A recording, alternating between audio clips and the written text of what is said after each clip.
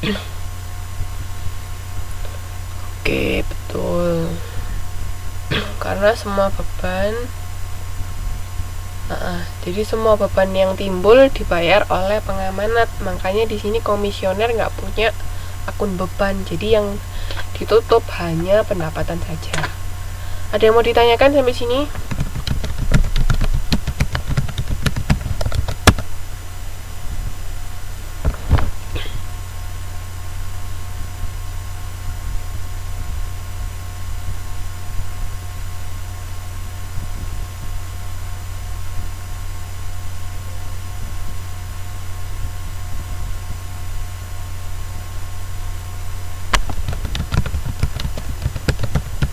Yang mau ditanyakan?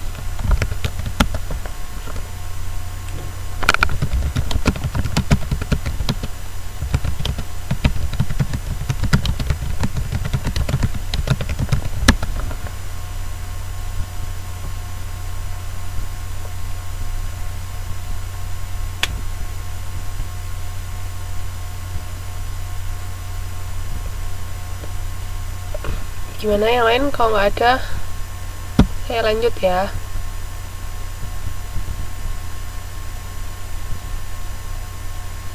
Halo, mbak-mbak yang lain. Untuk metode laba terpisah, ada yang mau ditanyakan?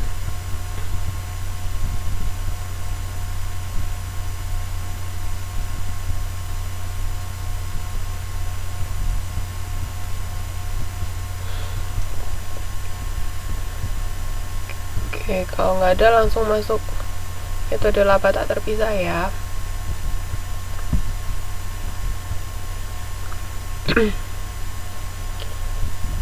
Nah, sekarang di sini kita, kalau tadi kan kalau di metode laba terpisah kan menggunakan akun konsinyasi masuk.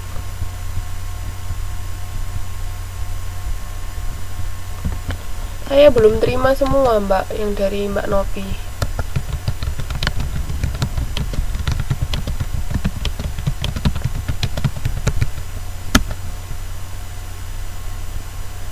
Coba ditanyakan.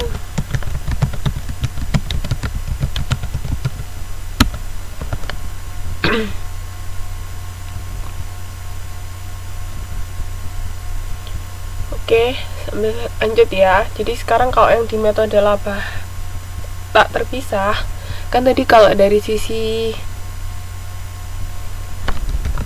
ya mbak, belum semua.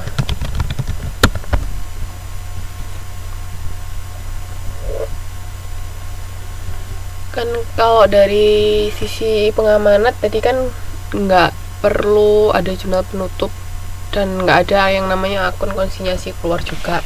Nah sekarang juga di sini kita sebagai komisioner mencatatnya sebagai nama pengamanat. Maksudnya nanti siapa pengamanat, misalnya tadi kayak contoh pertama Afiat pengamanat atau siapa, jadi namanya pengamanat ya. Ya di sini saya kasih tanda petik. Nah ini kita mencatat di debit untuk mencatat pengeluaran biaya yang menjadi tanggungan pengamanat, sama untuk mencatat pengeluaran uang.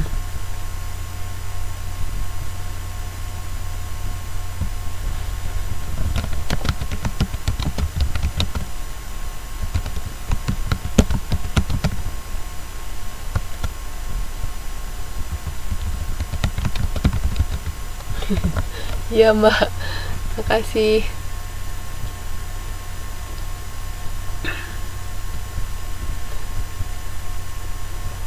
Terus untuk yang dikredit untuk mencatat beban pokok penjualan pada saat terjadinya transaksi penjualan, sama untuk mencatat penerimaan lain dari hasil penjualan konsinyasi. Nah, kita langsung masuk contoh halaman 715 ya.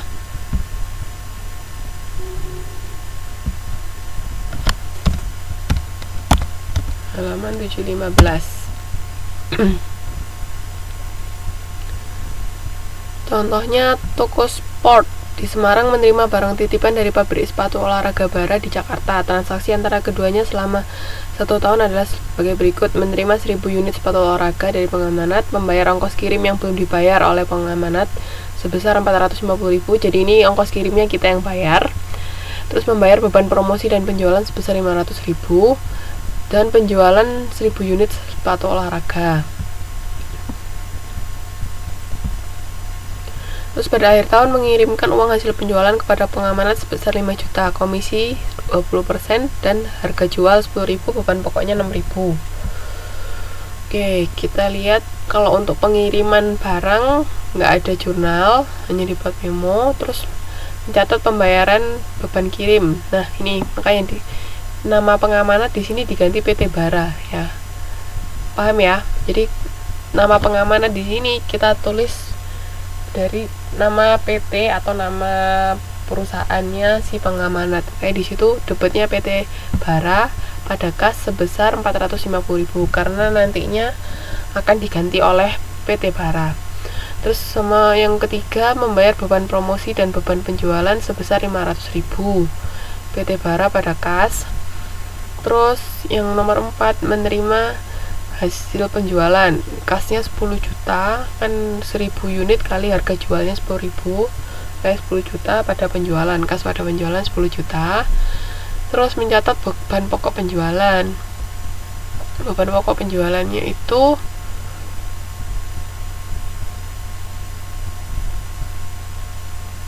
dikurangi ini, beban pokok penjualan. Ini kan karena metode laba tak terpisah, jadi beban pokok penjualan yang dari penjualan 10 juta itu dikurangi komisinya 20%. 20% dari 10 juta kan 2 juta, makanya ketemunya beban pokoknya 8 juta. 8 juta, jadi beban pokok penjualan pada PT Bara sebesar 8 juta. Terus mencatat penyetoran sebagian uang hasil penjualan PT Bara pada kas sebesar 5 juta. Dari tabel itu ada yang mau ditanyakan?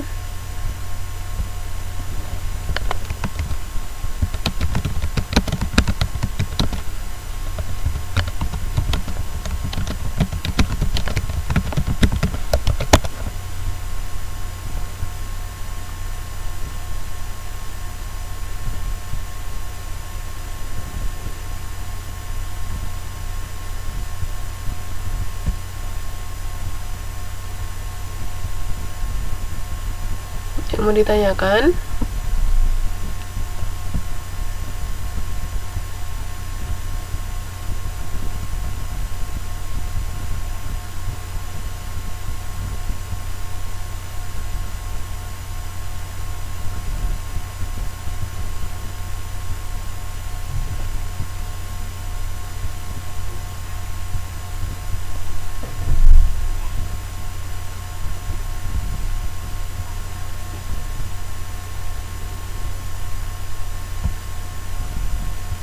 Gimana?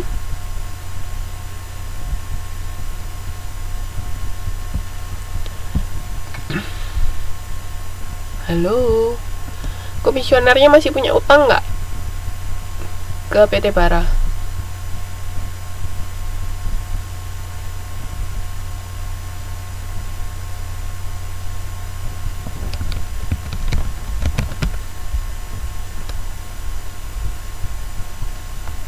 Iya,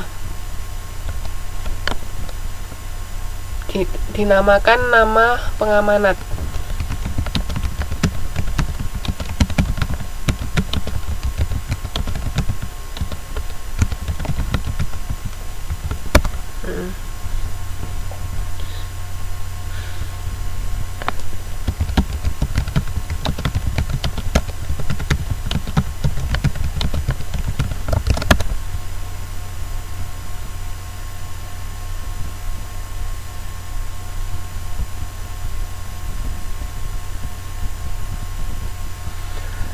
Sekarang dibuka halaman berikutnya di 717. Nah, di situ di tabel situ bisa dilihat kan PT Baranya ada berapa aja, ada 450, ada 500, ada 8 juta sama 5 juta. Nah, itu di situ sisanya. Berarti itu sebagai apanya?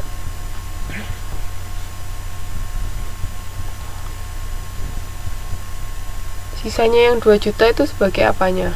Yang di halaman 7.17.